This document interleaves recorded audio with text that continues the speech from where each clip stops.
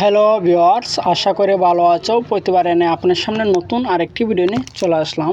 আজ আলোচনা করব আপনার এইচএসসি 2024 যারা আছেন, যা আপনাদের মধ্যে কিন্তু যে আপনাদের সাবজেক্ট ম্যাপিং যে রেজাল্ট তৈরি করা হবে, এই নিয়ে কিন্তু এখনও কিন্তু অনেকের মধ্যে একটা কনফিউশন কাজ করতেছে যে এইচএসসির যে রেজাল্টটা তৈরি করা হবে 2024-এর, যে 2020 সালের সাবজেক্ট ম্যাপিং কি 2024 সালে কি একই রকম হবে কিনা, 2020 সালে যে সাবজেক্ট ম্যাপিং রয়েছে 2024-এ কি একই রকম হবে কিনা, এখনও কিন্তু একটা কনফিউশন রয়েছেন। কারণ আপনারা জানেন না যে 2020 সালে যে সাবজেক্ট ম্যাপিংগুলো কীভাবে হয়েছে।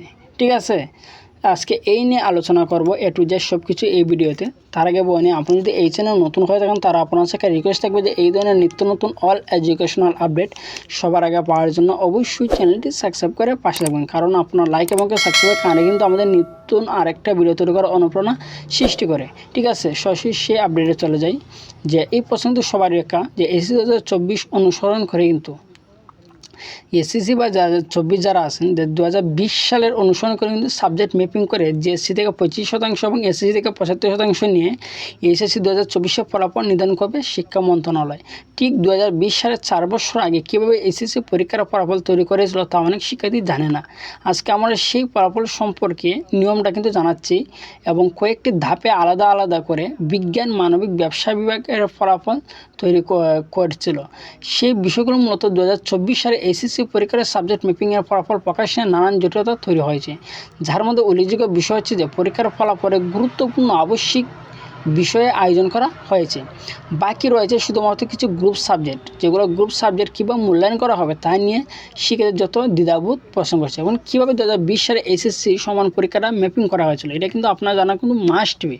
কারণ আপনি যদি 2020 সালে যে সাবজেক্ট ম্যাপিংটা যদি না জানেন তাহলে কিন্তু আপনারা বুঝতে পারবেন 2024 সালে আপনার রেজাল্টটা কীরকম হবে। ঠিক আছে, কারণ 2020 সালে যে সাবজেক্ট ম্যাপিংটা হয়েছে সেই সাবজেক্ট ম্যাপিং অনুসারে কিন্তু আপনার 2024 সালের আপনার রেজাল্টটা কিন্তু তৈরি করা হবে। ঠিক আছে, ধরার সেম কিন্তু 20 সালে যেভাবে সাবজেক্ট ম্যাপিং করে রেজাল্টটা তৈরি করা হয়েছিল 24 সালে কিন্তু সেম হবে। ঠিক আছে, তার জন্য আপনার জানা কিন্তু দরকার 2020 সালে কীভাবে হয়েছিল।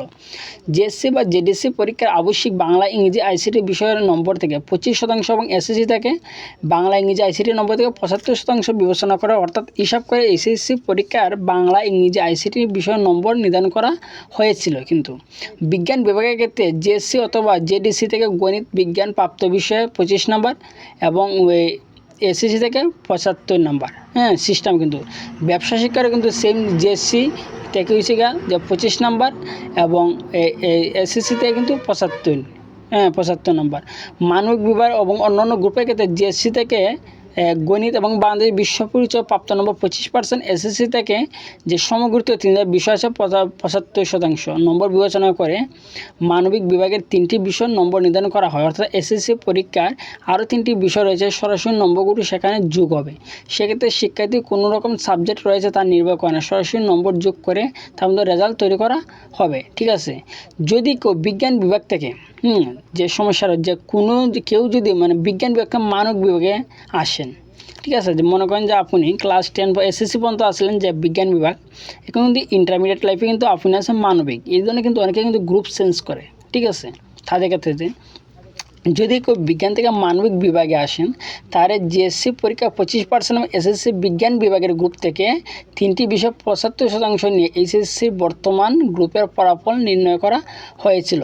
ঠিক আছে, বিগত বছর যারা ফেল করেছে, চলতি বছর যারা এসএসসি পরীক্ষা অংশগ্রহণ করেছে, পাস করার উদ্দেশ্যের ক্ষেত্রে তাদের একই নিয়ম পরিচালনা করা হয়েছিল। যার মান উন্নয়নের জন্য পরীক্ষা দিচ্ছে তাদের ক্ষেত্রে একই রকম নিয়ম পরিচালনা করা হয়েছিল।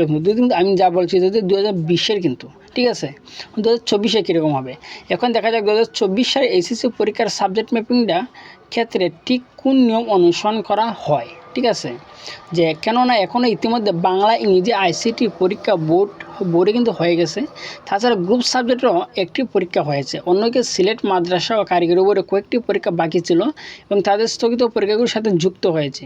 সব মিলিয়ে বর্তমানে 3 ধরনের পরিবেশ বিদ্যমান, অর্থাৎ সাধারণ 8টি বোর্ডে যাদের 4টি কিংবা 5টি পরীক্ষা হয়েছে।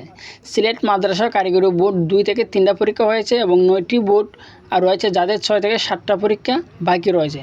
ঠিক আছে, এখানে যে 2020 সালে যে সাবজেক্ট ম্যাপিংটা করা হয়েছিল যে জিএসসি থেকে 25 নম্বর এবং এসএসসি থেকে 75% নিয়ে কিন্তু যে রেজাল্ট তারা তৈরি করেছিল। হ্যাঁ, এখন কিন্তু এসএসসি 2024 যারা আছে তাদের কিন্তু সেমই হবে। ঠিক আছে। জেসির থেকে নেবে 25% আর এসএসসির থেকে নেবে 75%, মোট 100% নিয়ে কিন্তু আপনাদের এইচএসসি 2024 রেজাল্টটা তৈরি করা হবে। এখন যে আরেকটা যে গুরুত্বপূর্ণ যে বিষয়টা, যে আপনারা যারা বিভাগ চেঞ্জ করছেন তাদের রেজাল্টটা কীভাবে দেওয়া হবে, ঠিক আছে। যে আপনি যদি বিভাগ চেঞ্জ করে থাকেন, তাহলে যে আপনি যদি বিজ্ঞান বিভাগে হয়ে থাকেন, তাহলে কিন্তু আপনারা যে বিভাগে যেগুলো সাবজেক্ট, 4টা সাবজেক্ট থাকে, ঠিক আছে। কিন্তু আপনি যদি আর্টসে এসে পড়ালেখা করেন, তারপর কিন্তু 4টা সাবজেক্ট থাকে, ঠিক আছে। কিন্তু এসএসসি থেকে তো যে 75 নাম্বারটা তারা আনবে, জেসিতে কোনো বিভাগ ছিল না, ঠিক আছে না, এটা তো সবার 25% আনবে। কিন্তু যখন এই 75%টা কিন্তু জানবে এসএসসি থেকে, যে আপনি যদি বিজ্ঞান থেকে মানবিক বিভাগে আসেন বা বিজ্ঞান থেকে ব্যবসা শিক্ষা আসেন, যে কোনো বিভাগে আসেন না কেন, যে এইগুলোর মধ্যে যে 4টা আপনারা সাবজেক্ট পান, যে বিভাগের যেগুলো সাবজেক্ট, মনে করেন পদার্থ বা এই ধরনের যেগুলো সাবজেক্ট আছে, এইগুলো সাবজেক্টের নাম্বার এনে কিন্তু আপনারা ইন্টারমিডিয়েট লাইফে যে, আর আপনি যদি মানবিক হয়ে থাকেন, তো মানবিকে যে 4টা সাবজেক্ট থাকে, এই 4টা মার্ক কিন্তু এই 4টা সাবজেক্ট কিন্তু যোগ করা হবে, হ্যাঁ, যোগ করে কিন্তু আপনাদের রেজাল্টটা তৈরি করা হবে, ঠিক আছে। আশা করি বুঝতে পারছেন যে আপনাদের রেজাল্টের যে কনফিউশনটা আপনাদের মনে যে কীভাবে তৈরি করা হবে এবং 2020-এ কীভাবে তৈরি করা হয়েছিল, আমি তো বললামই। তারপর যদি না বুঝে থাকেন অবশ্যই কমেন্ট করে জানাবেন। আর যদি ভিডিওটি ভালো লাগে থাকে অবশ্যই লাইক দেবেন। আর আপনি যদি এই চ্যানেল নতুন হয়ে থাকেন, তারা আপনার সাথে রিকোয়েস্ট থাকবে যে এই ধরনের নিত্য নতুন অল এডুকেশনাল আপডেট সবার আগে পাওয়ার জন্য অবশ্যই চ্যানেলটি সাবস্ক্রাইব করে পাশে থাকবেন। ধন্যবাদ, দেখা হবে অন্য কোনো ভিডিওতে।